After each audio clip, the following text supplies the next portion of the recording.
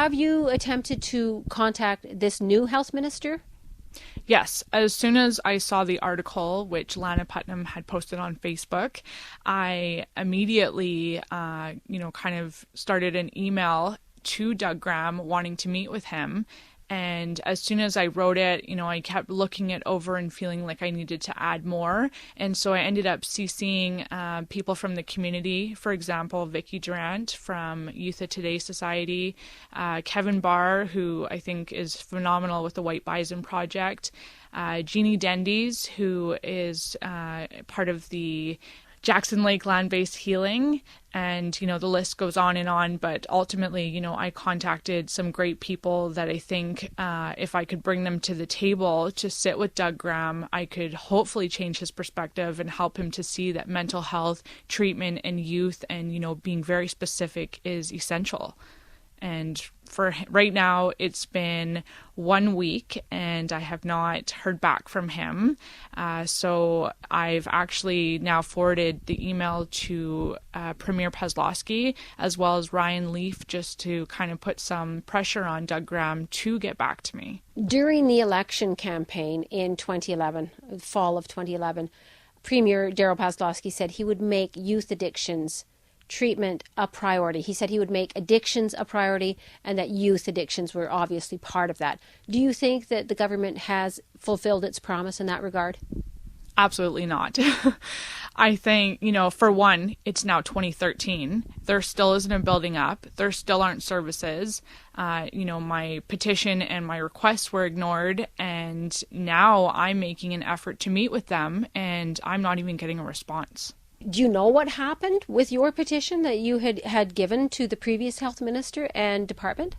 I received a response from Stuart Whitley. He was writing on behalf of Glenn Hart and told me that they would consider my petition in the letter for further research.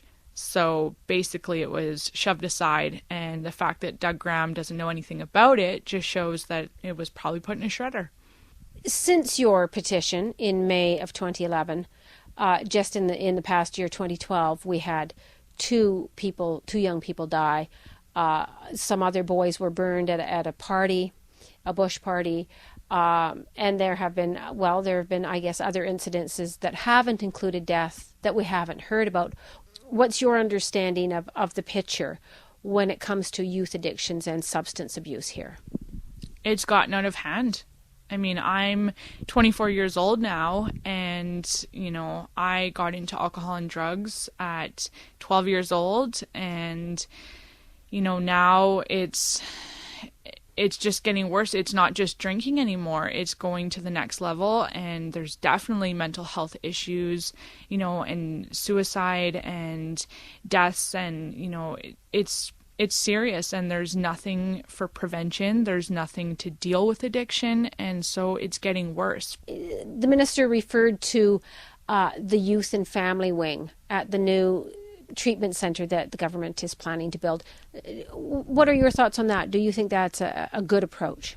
Well, it's a first step in the right direction, but, youth and family, I don't think that there's a very clear picture on what he's saying with regard to that, because to me, you can have youth and family, but it's like the youth part needs to be elaborated on. Well, he says at this point they have what he refers to as a functional plan. Nothing really no specifics have been agreed to at this point.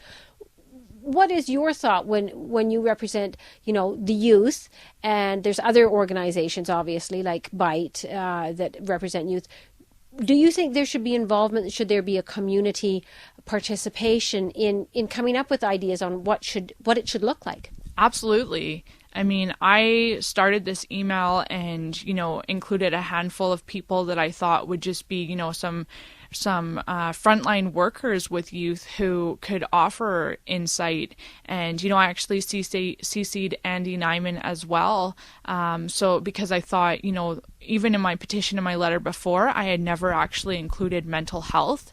And now that that's something that's being added to the plate, I think that, bring Andy in, bring in these frontline workers, bring in as many people as you can, to try and really paint a picture and find a plan, because just putting putting a building together isn't the solution.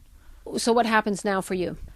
Well, I'm hoping that I get, one heck of a response. At this point, I just want an opportunity to get my voice in, to bring these people in, and to make sure that this building is going to be effective, because I submitted that petition and wrote the letter on behalf of my community.